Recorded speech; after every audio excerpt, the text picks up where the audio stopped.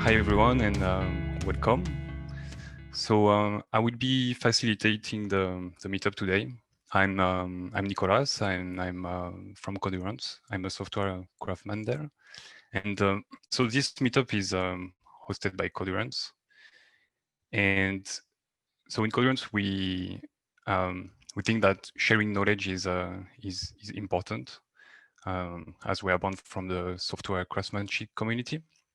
And by the way, if at some point you want to do a presentation in this meetup, you can get in touch with us and we can organize everything. I wanted to remind you that this session will be recorded and will be put on our YouTube channel, where I will put the link later on in the chat.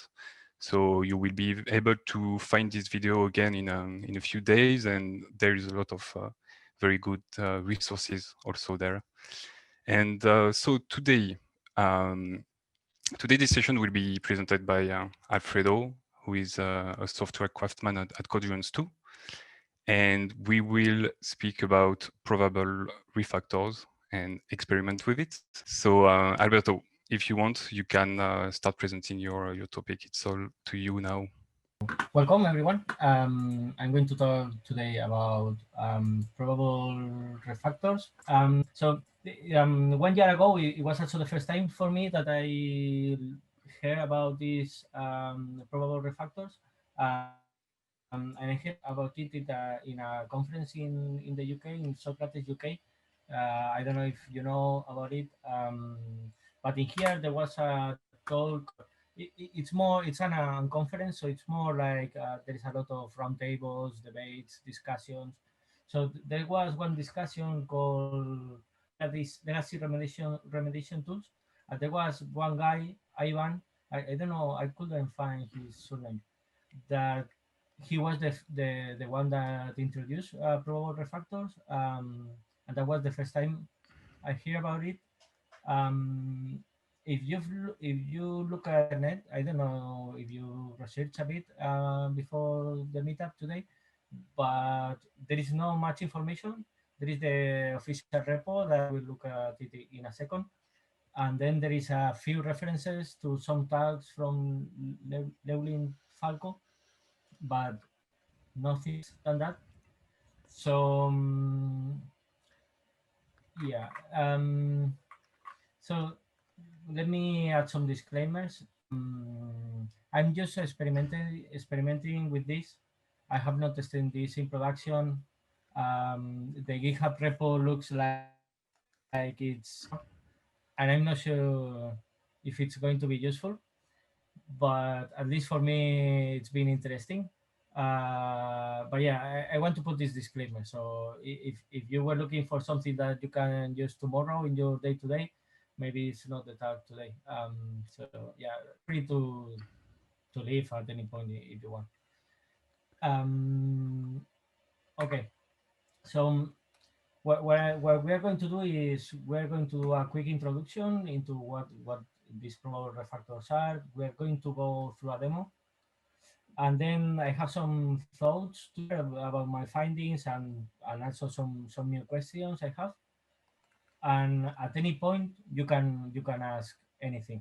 Okay, so free to use the chat, or if it doesn't go too crazy, open your mic and shoot at any time. Okay, so let me remove this.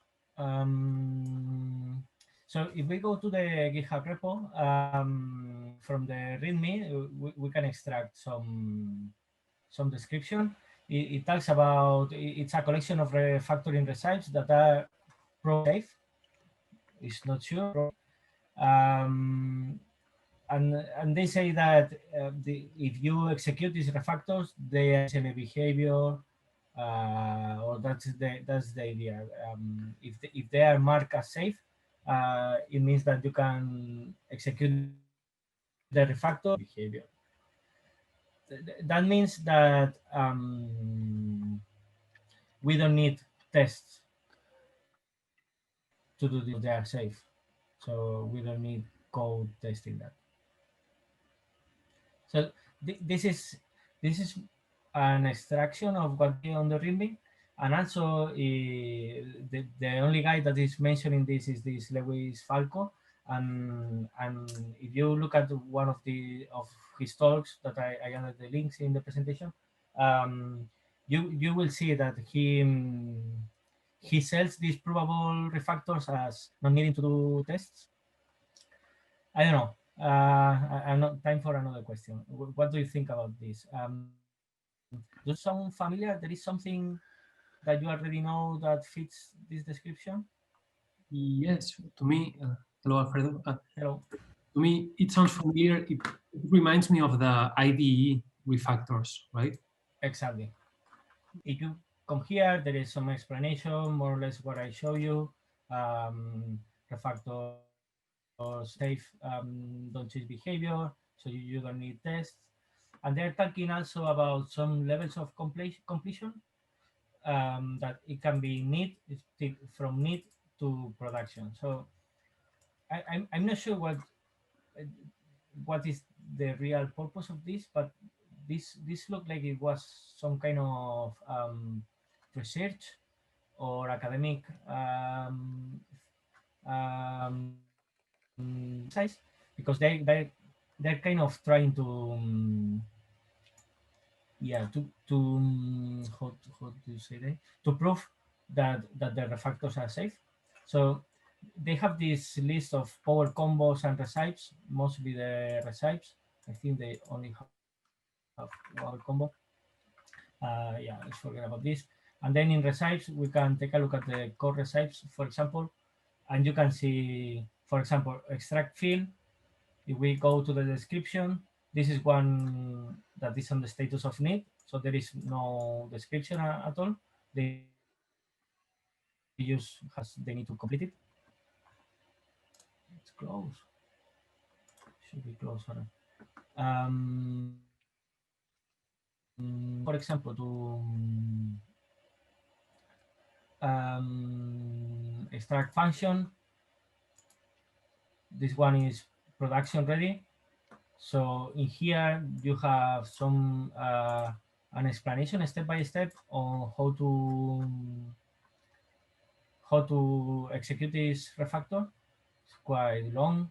Uh, it's actually cool. It's kind of um, describing what the automatic do. So as Lau just said, so this refactor that we were just looking at, if we go to refactor extract method, in here I can call it whatever I want. The ID will do it for me, and I know it's safe because the ID will, because we're using a strongly typed language, and the ID will check that is safe. If it wasn't safe, it would have warned me before, or even not allow me to do this refactor. Okay. Um, so this wasn't new to me because I already knew the basic refactors and I used them on the ID. So nothing new to me yet. Um, but let's continue looking at they have some classification. They have different recipes in here compared to instance method.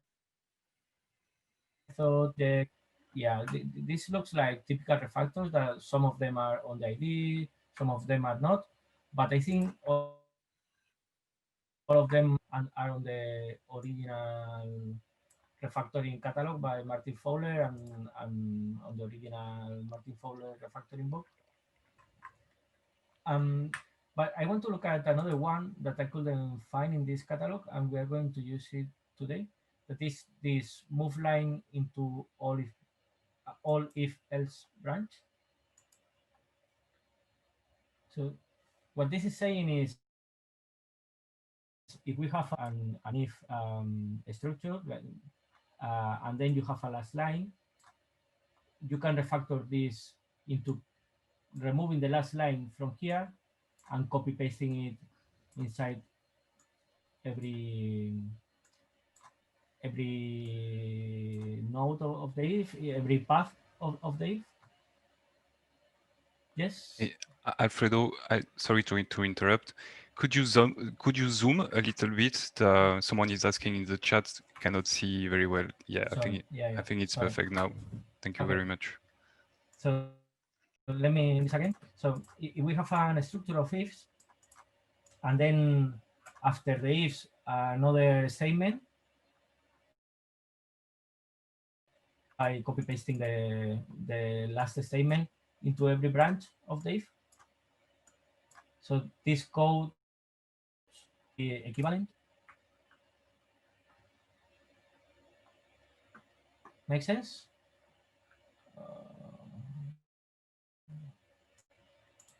Yes. Okay. Okay. So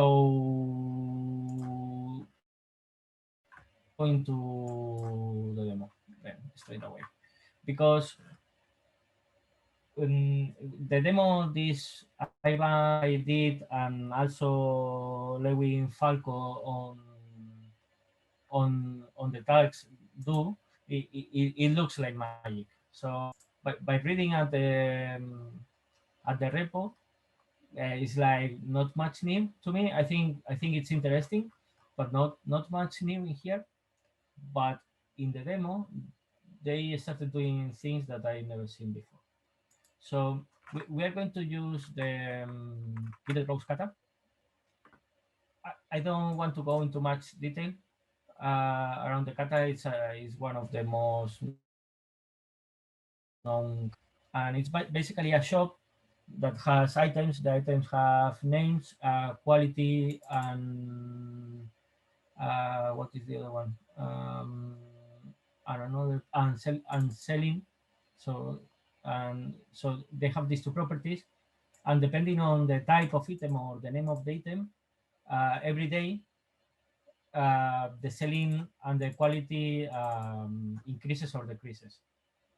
Yes. So for example, for some backstage passes, whenever the close to the concert is closer, the price or the quality is higher. But for food, every day that passes, the quality degrades. Okay. I don't think it's very important to understand this too much for today. But this kata starts with sorry.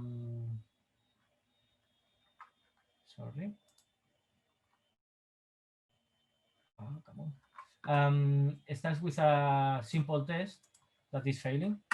If I run this, we have only one test and it's failing. And you can see what it's doing is it's creating an array of items. It's initializing the Gilded Rose app with those items. Then it's calling update quality. And this is just an example assertion. Or they're checking on the name, but this is so. But we say no test. We don't need test, right? So I'm going to remove the assertion. I'm going to keep it, but not for testing purposes, because what I want to do now is run this test, but with code coverage. So now in here on the right, we can see in green or red which parts of the code are covered by the test. So that means that with this test, we are only covering some parts of the code. So I'm going to add more tests so we have everything green. So we execute all the possible paths in the code. Actually, let me undo. Okay.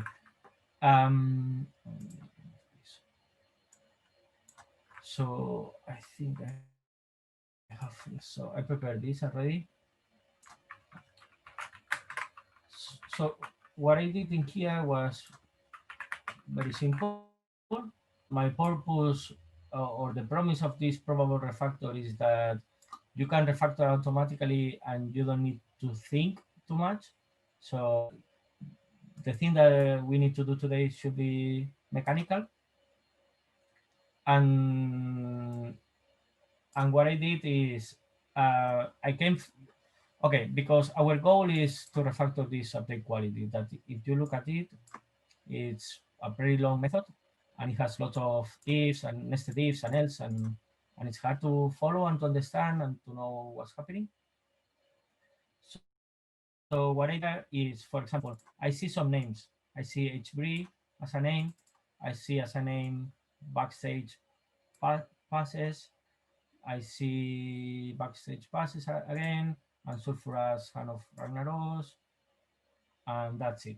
So I came here and I added one item for every name we have in here, but with the selling and the quality of 0. So let me comment this out. If I run the code coverage again,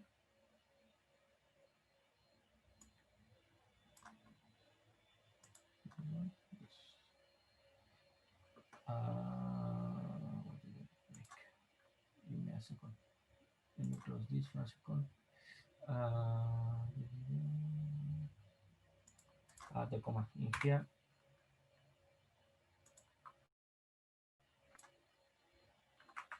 Okay, so now if we come here, there is less red, but we still have some red. Okay. So the other things that change are the selling properties and the quality. So basically, I copy pasted this and I put a selling property of -10 in here. If I uncomment this, I run the code coverage again. We should have a bit less red now. And I copy pasted all these two, and I changed also the quality.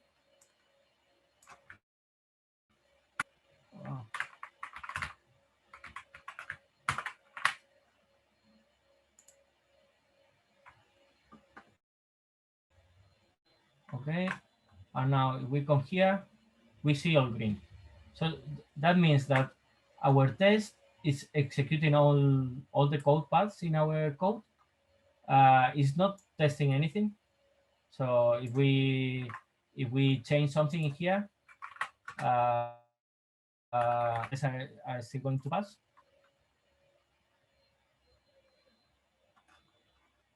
Yes.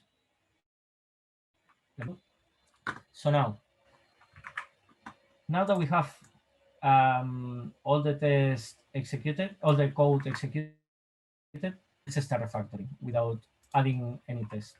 Because usually when you are in here, what you will try to do before refactoring is either add approval test or unit test, or maybe use, I don't know if you hear about the golden master technique for testing this legacy code.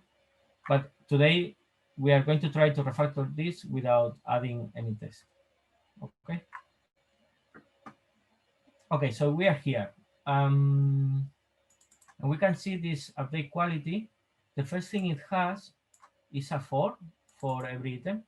So I think it's safe if we take every line in the for. Let me see.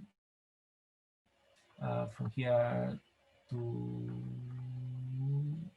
the font size is too weak. To here, and we can start this method.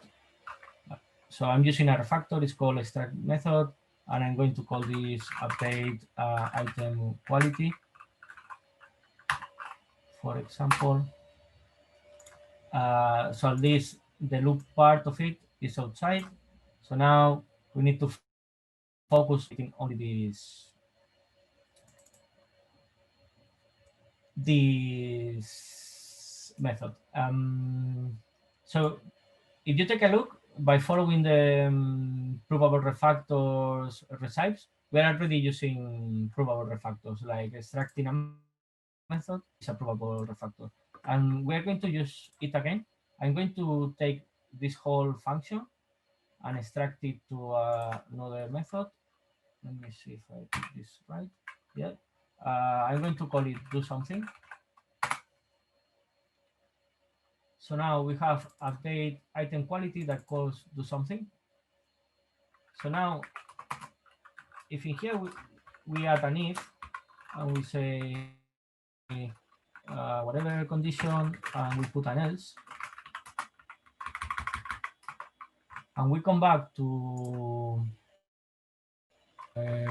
recite that was this microstep helper that is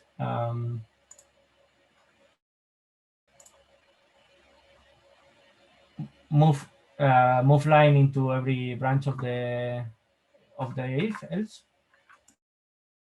We can put this in here and in here, and this will be similar. That will be the same. That's a safe refactor. What we need to pick now in here is a condition.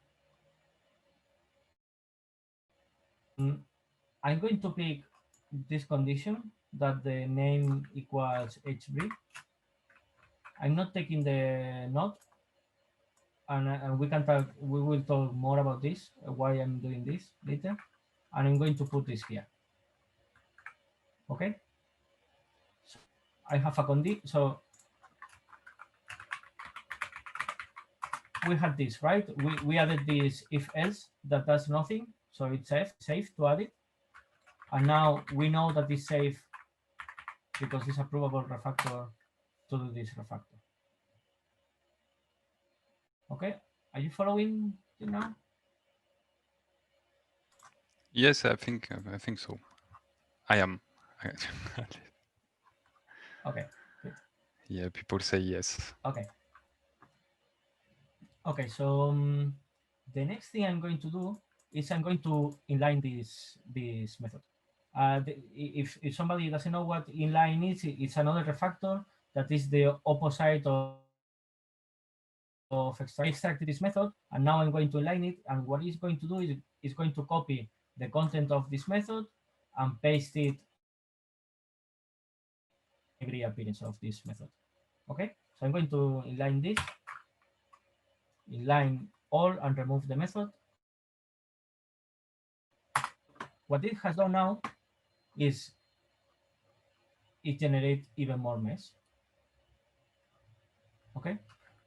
Before doing that, let me run the code coverage and still see. What?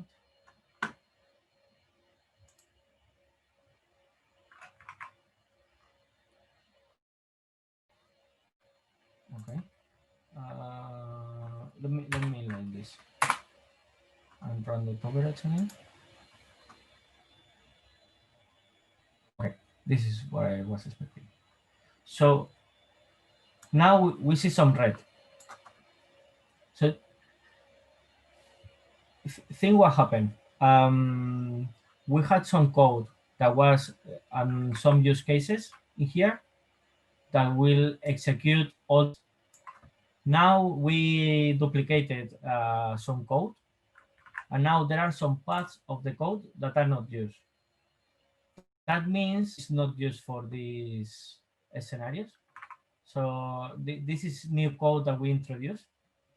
So it's safe to delete it. See, yes. So I can delete this. I can delete this if also. I can come here. I can delete these two ifs, yes, because this one is not used. This is empty. This is not used. This is empty. This is empty. Now this one is also empty. We get this. This red is weird. I think it's because it's on the second line, but it shouldn't be red, I think.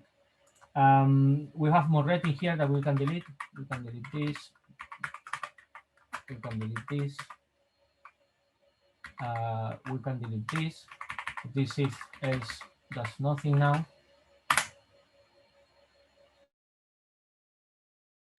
This is green.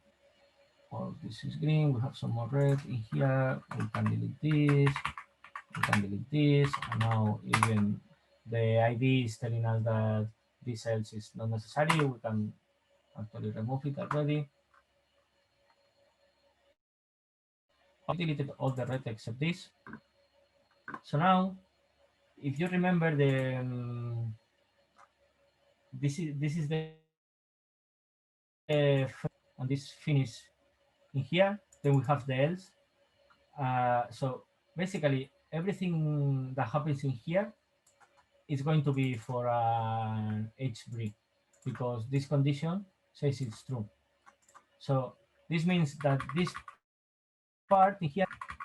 So you see, these conditions are contradictory, right?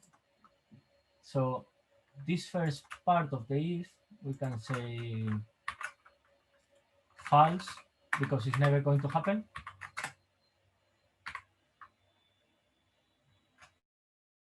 Yes, stop me at any moment. Yes, and we can keep looking. Then this is never going to happen neither. So this is false. And then the ID will suggest that we need to remove the if statement, so we can remove it. It gets simplified like this.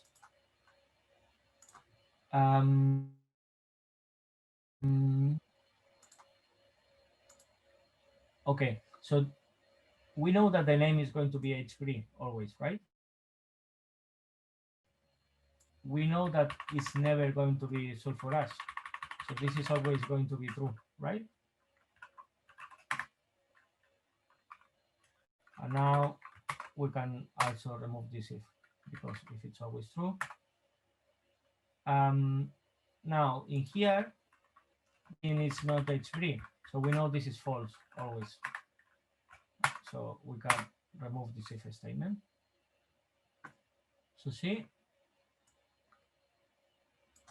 this part is already simplified, and we start seeing what happens when we have an item that is free. Then let's go to the other part of the else. This is when the name is not HBRI. So we can know that this is all true. So we can replace this for true.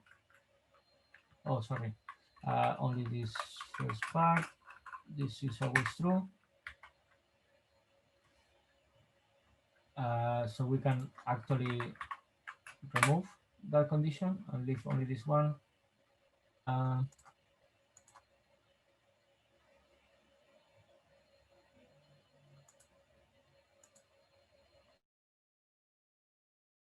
It's always going to be true because it's never going to be HBRI at this point because it will go through the first branch of the first statement.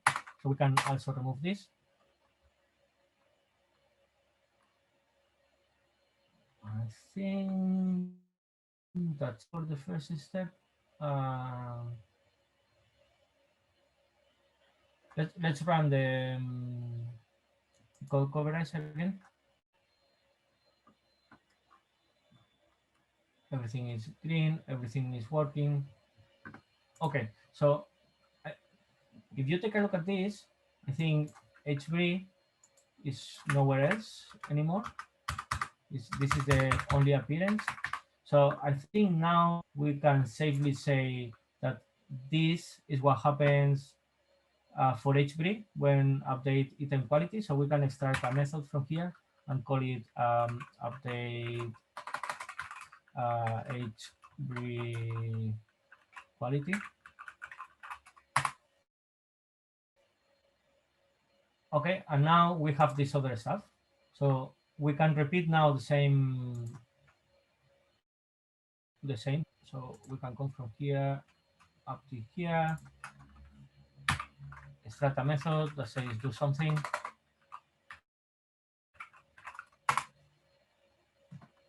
Okay, and now we can add another if in here if maybe the condition that we can pick is this one, that the name is equal to the backstage pass. Oh, sorry, this should go inside here. We can have an else. This if statement does nothing, so it's safe to add it. And now we can use this refactor to copy paste this in here. I'm missing a parenthesis.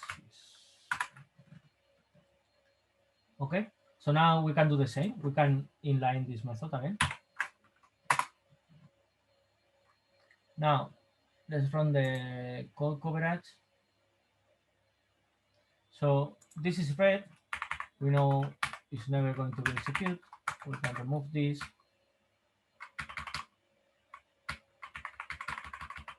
Same for this. The two ifs should go.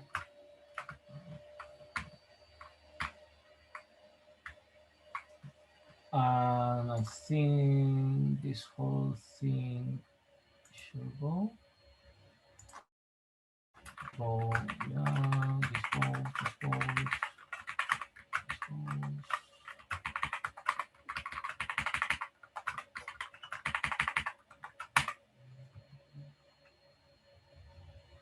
Okay, so we can remove this else. And there is some more red in here, and we can also remove this else. Okay, so we deleted all the not used code, and now we can start doing the same thing, right? So this is our original if, and now this one, it's negating we know this is always false, right?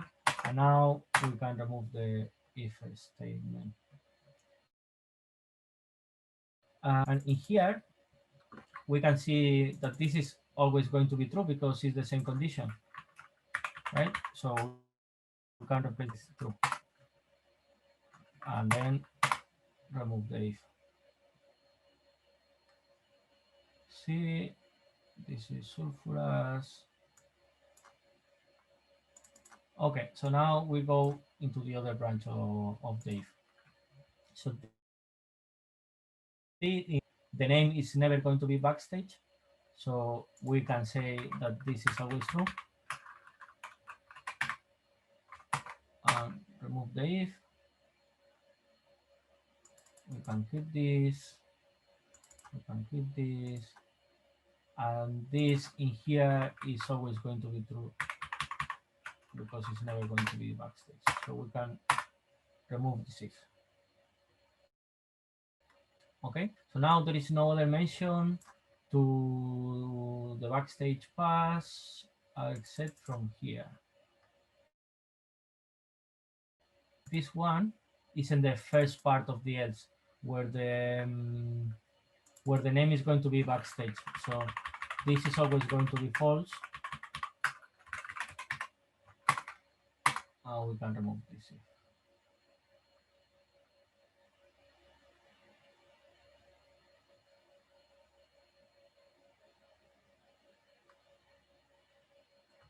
Okay. I did something different than the last time. Okay, so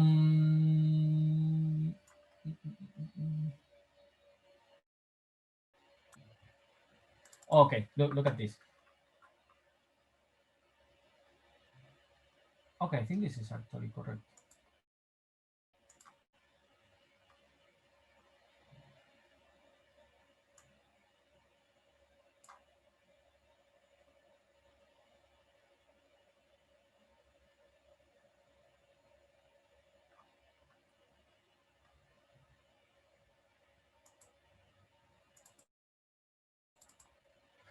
Okay, so this is always going to be true. This is because if it's always backstage, it's going to be sulfurous. So we can say true in here. We can remove this. Okay, and now we can say this is all the code needed to update the quality for the backstage pass. Another method and call it update backstage pass quality. And we have another one here. And now you could imagine is about to repeat the same. Something we are going to add an if else, and we need to choose the condition. Let's go with the last thing, which is sulfurous. So we can pick this thing here, and then in the two branches of the if, we can put this in line and run the code coverage again. And again, let's delete that. It's not needed anymore. This is not needed anymore. Let's delete the rating here. This is not needed. The rating here. This is not needed. This is not needed.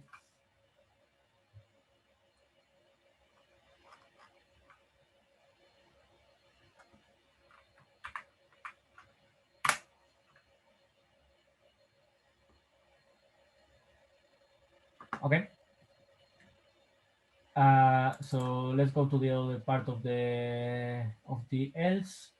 In here we have that this is not sulfurous, which this is always going to be true.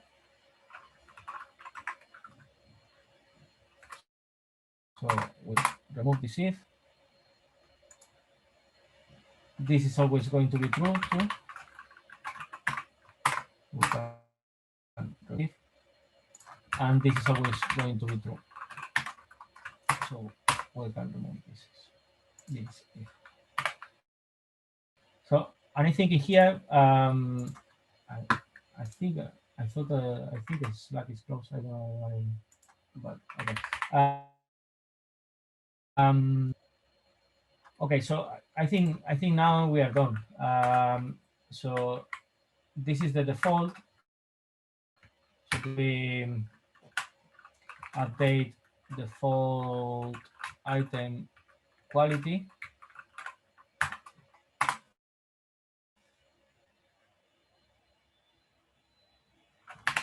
Let me undo.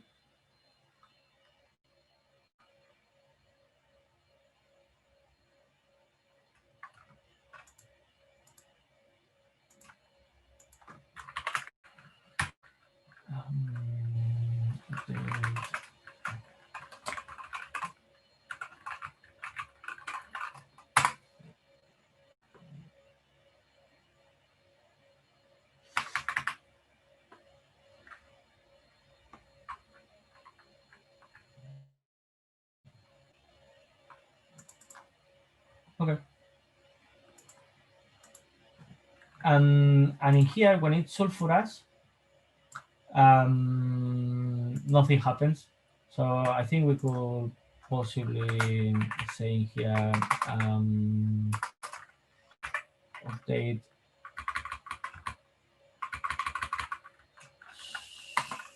sulfurous quality, and this does nothing.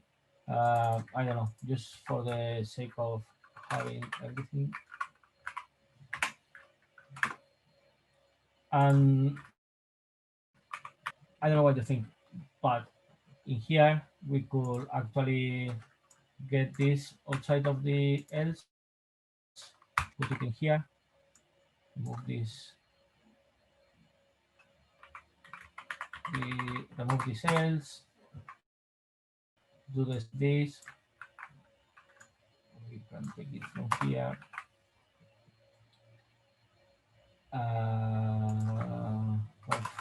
For doing this execution, yeah, there is a safer refactor for doing this, but it's fine.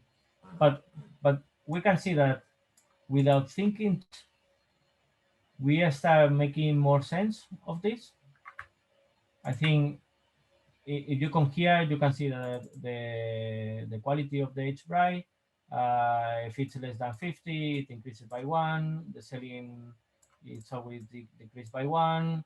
And if it's less 0 and the quality is less than 50, then the quality increases. we reduce it to one single method that I think is pretty simple to understand. And this is kind of the same for every item.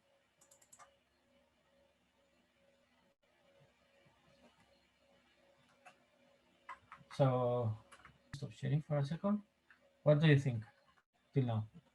It sounds really interesting. I don't know if anyone wants to react. Feel free, guys. I think it's it's an interesting thing. You know, the most important, I guess, is that you have not used tests, right? Because if that would be a monolith on a legacy systems, it's impossible to test every case, right? And I'm really surprised about this kind of approach. The only thing I think it may be difficult for us to use uh, in some real cases would be to how do we do the code coverage function, this rendering of in, let's say, in one of our clients on a company system, right?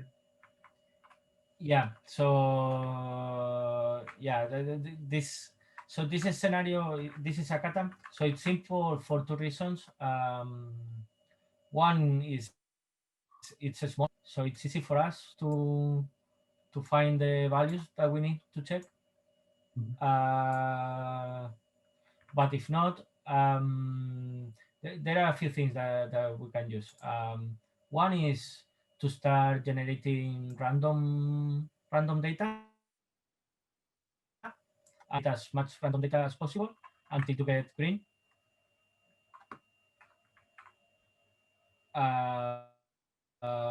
Yeah, basically that you can try to do it more automatically, more random, or more manually by looking at the values in here. I don't remember the name of this test, but another thing it could be possible to use is this black box test that generates values for you, random values for you, for Yeah, example. Like yeah. like golden master or So yes, I didn't want to go into the yeah. thing is if I have golden master, then I already have test real test coverage. So yeah, then you can do this, and you can add approval test. You can. We I, could I, yeah, sorry. I We think it will be nice if we can do this and avoid the golden master. sure. I think if we need to do the golden master, then I'm not sure if this makes more sense. Yeah, But but I'm thinking out loud. Yeah. maybe we can take production data, like build a specific proxy in front of the controller and track, you know, thousands of requests that come to the service and I run them. mean, if the yeah, the easiest way to generate data.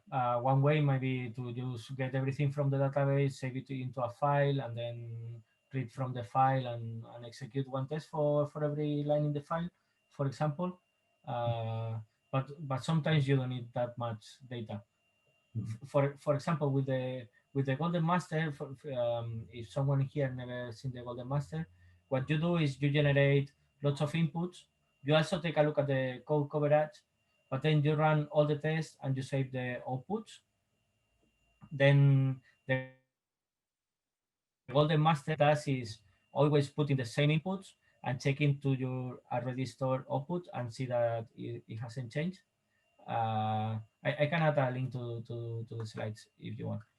Um, and because with the golden master you are testing for real, so you can check the inputs and look at that it doesn't change. So in there, once you have that, you can use any type of refactor you want. They can be safe or unsafe. You can do whatever you want because you have the golden master test that will tell you if you break something. In here you don't need that much data because you need to generate data so all the paths are executed, but not every condition. Okay.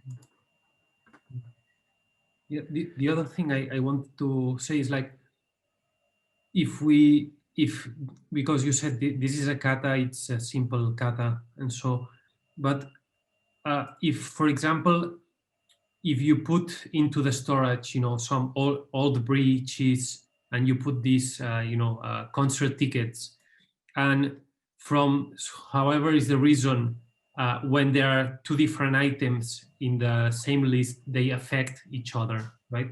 They are not that, they don't age independently, right? Because here we could say like, uh, this is wort ages like this cheese ages like this, and so. But if there was actually dependency between the elements of the list, I think that this approach, this system you presented, will work as well. It will have duplicate code in every slice, in every if you put, but duplicate code is not always bad, right? Yeah, it's a way. I mean, I'm so grateful because it's a very automatic way to sort things out, sort things in if modules, uh, with, without thinking very much. So you decide what is the if at the beginning, right? And so this way you can have a code look like what you want to look to look like how you want to look it. Yeah, and Yeah. yeah, I think more or less, yes. And let me show you something else, because let me share my screen again. Well, there is anyone else that has any more questions or comments or? Yeah, just something quickly. You mentioned you were about to mention a test. You said you didn't remember the name. Were you about to speak about property-based testing by any chance? Is that this? There are different possibilities. I think I never done property-based testing, but I think property one of the characteristics they have to generate lots of different properties scenarios for the test. That could be, yeah, that's a possibility. But there is also this. I remember many years ago in the .NET world there was something called PEX that it will basically, I don't know, if your input is a number, it will generate many numbers as an example. It will generate the negative numbers, two big numbers, and it will, yeah, these kind of things. And then it was super slow because it generated tons of data, and but that would be another possibility. But there is also, for example, like um, mocking frameworks, kind of that also generates this data for you that could be used. Yeah. Okay. But at the end, I put some of my thoughts about when I think, or for us to discuss on when do you think this is nice to use or not, and we can discuss a bit more. Mhm. I wanted to show. I'm sharing my screen. This is another kata. Is the ugly trivia kata, which is another refactoring kata. And my first attempt to use this technique was in here. So I chose this roll function that is not as big as the other, but it has some nested ifs. So I went and I refactored this. I started a method from here. I say if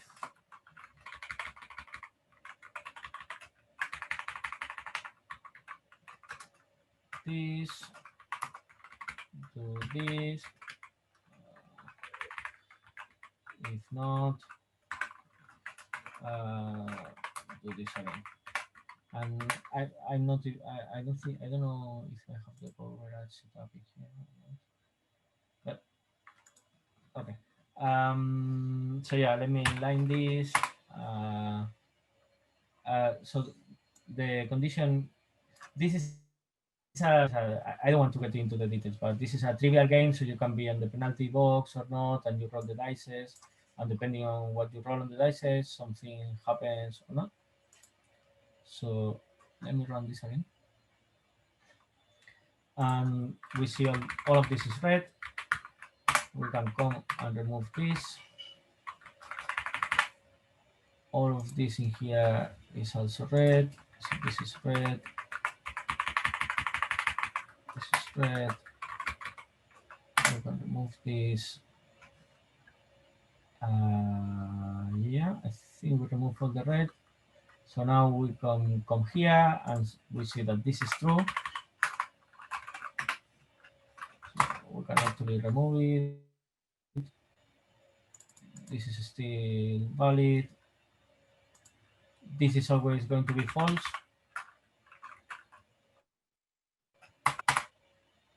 So look, I'm in the same place as in the beginning. I have changed nothing.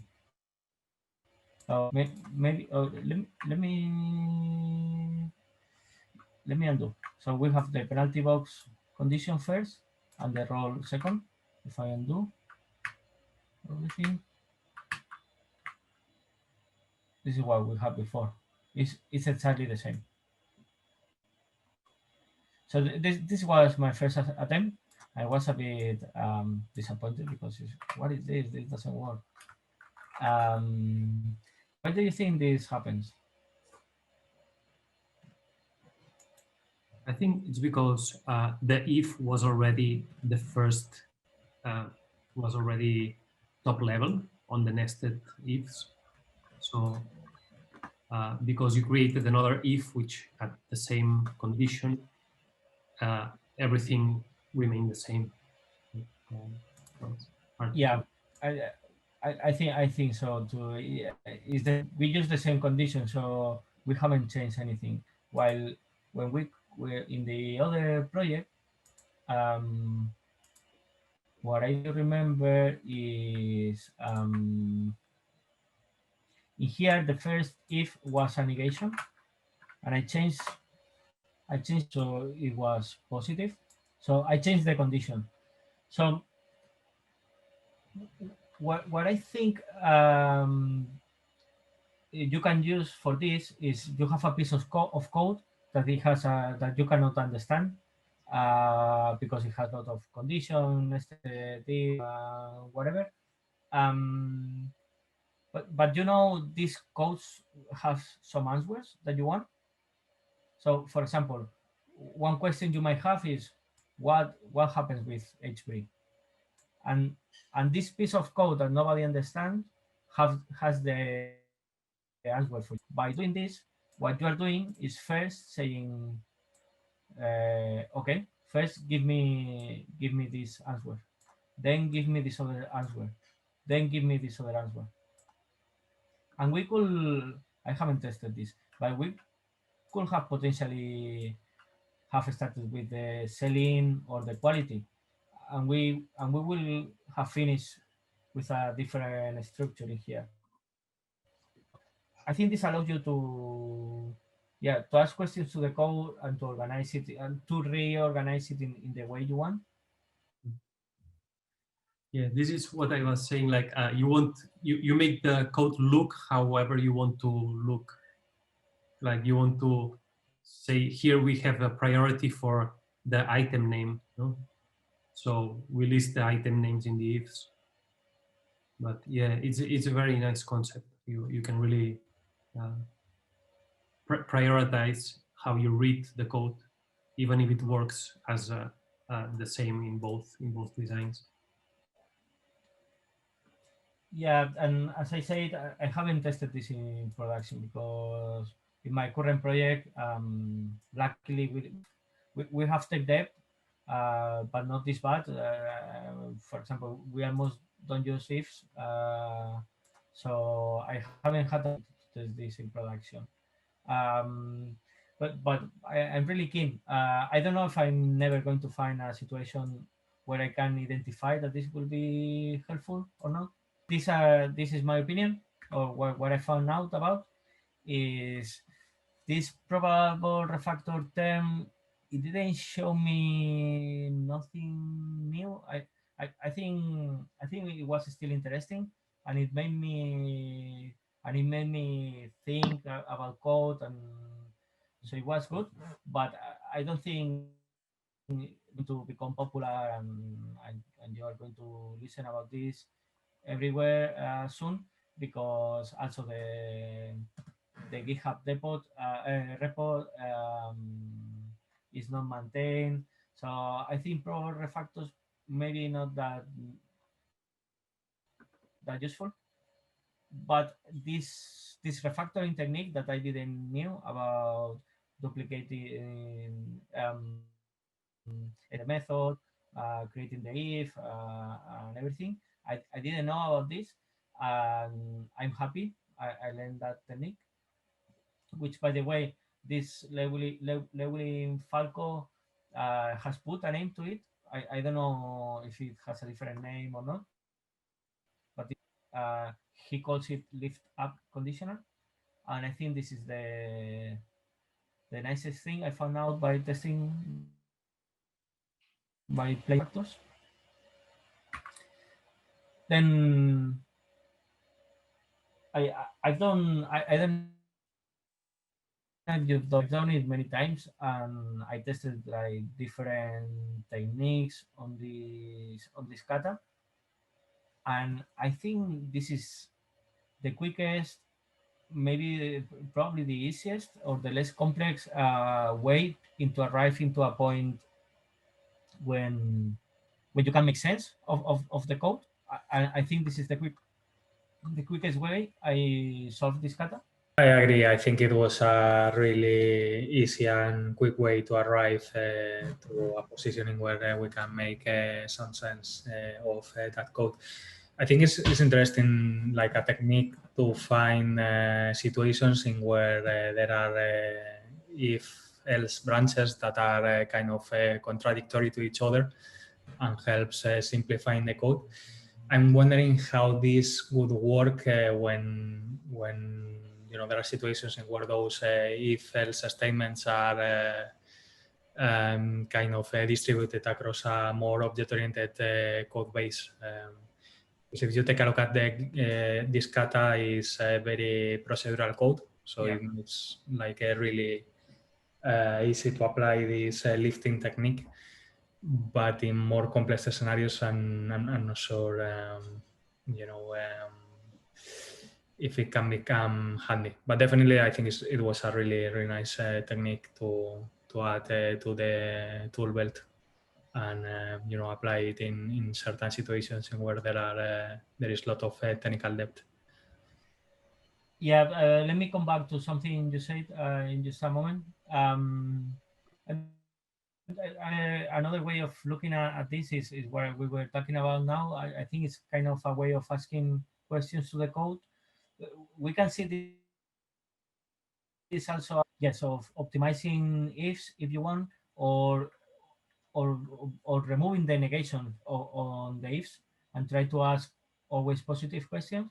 I think this technique can be used for these things.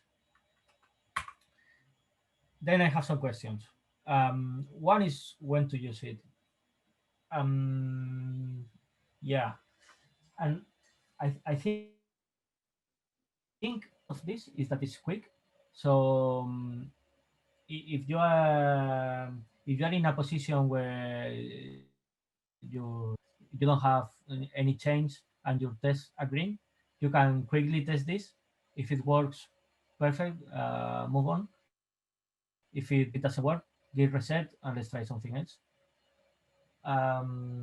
Yeah. And the other question I had is this. Depending, this is what Lau was asking.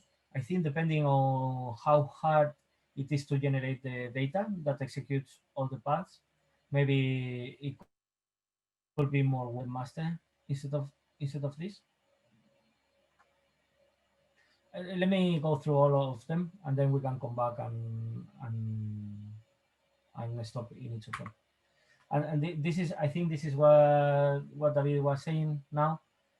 Right now we have only one class, so this is very easy. But we could have, usually we have the logic distributed around different classes that they might have relationship between them, like in this case, or it can be super crazy.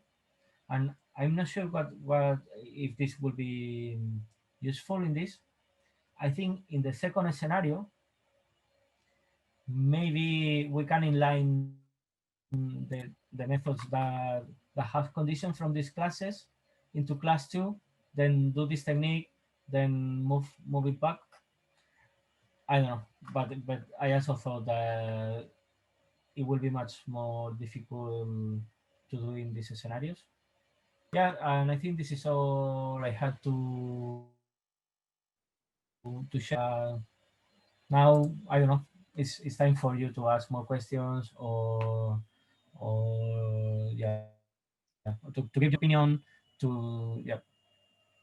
I'm really shocked by the by the strategy here, because it's a refactor, it's automatic, right? You don't have to think much, and you can drive it to have a specific design. That thing you said about questions, so it's already three things that I think they're very powerful. So yeah, maybe it's worth uh, taking a look at it at some occasions. Yeah, I found it interesting as well, but I'm more concerned about like the well, like you said, maybe where we can use it. And for now, it seems like the only good place where we can use it is when you have like this kind of big if-else statements with a lot of different indentation. It seems like it's really a good place to use it, but for other cases, I don't know. I just don't know. I would have to try it maybe. Yeah, same with me. That's why I was calling this experimenting, because I haven't had the opportunity yet to try this in production. I think it's hard to find scenarios where you can use this, but I think in the past I can think of some where this might have helped.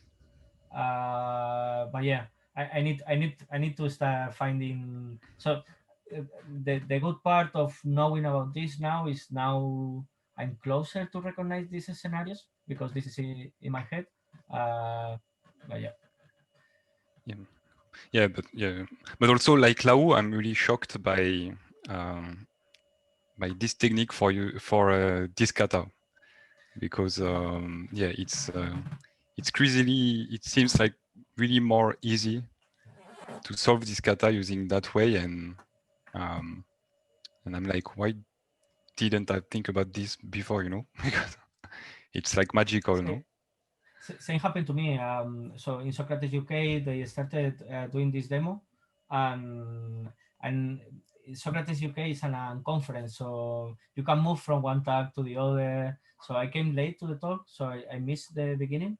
So and I was seeing the magic on the screen, but I wasn't understanding properly what's going on.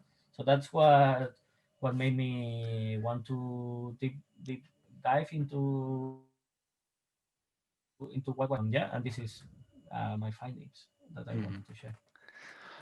One thing, we have the link of the talk in the chat.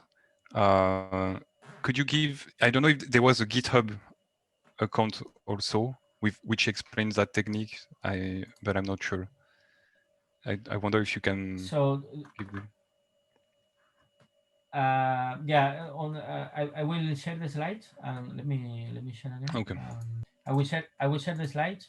At the end, I have the resources that are basically these two links. Is the official repo, and then this YouTube video, because I didn't found much more information around this. As David said about using state and using classes, and you also, Alfredo, showed a very crazy situation where every class point to another one. Uh, I I I have intuition that if you can use this strategy with a singleton, right?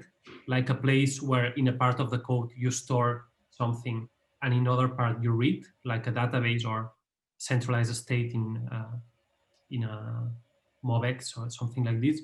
If you solve the problem, like if you are able to use this technique with a code that interacts with a singleton, you most probably be able to apply it to a object-oriented scenario.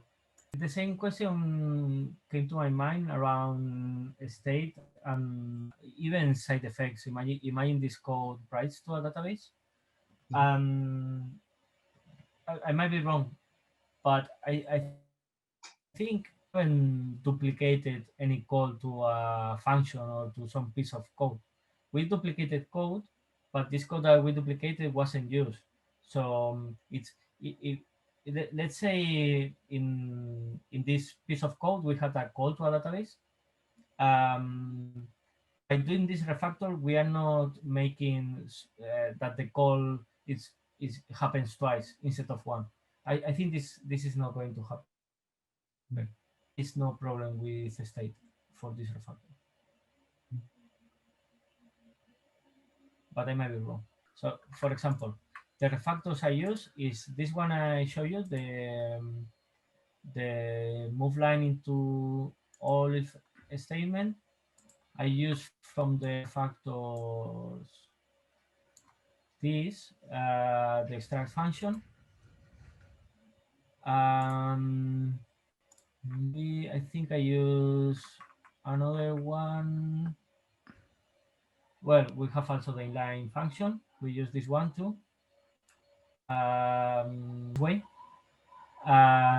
Which is similar to what you will find on the catalog refactors. The only one I couldn't find, but maybe it's here in the move line into all if else branches. All the other ones are normal refactors. So that's why I think this provable refactors doesn't add that much value. And it's this technique that at the end is a combination of other techniques that I never seen before and I never seen documented before, which I found more interesting of this investigation. I don't know if I'm answering the question. Recommend any plugin for that could help for some of the refactoring techniques that you have tested? So I'm a big fan of IntelliJ, because I think from IDEs is the one that has the best refactors.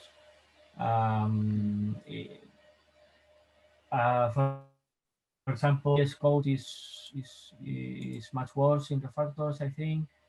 I haven't used NetBeans in a while, but I think NetBeans was okay with refactors. I'm not using any plugin with this. I think for code coverage you need IntelliJ Ultimate, but I'm not 100% sure for this. And another interesting thing that I can show you about IntelliJ setup is that in here, if you say, well, there is a code coverage for Java that if you are using IntelliJ will come already. And then in here is where I check this background, so we could see the whole line in different colors. As here by checking background in here. And then for running code coverage, you have this one. You don't have any shortcut by default.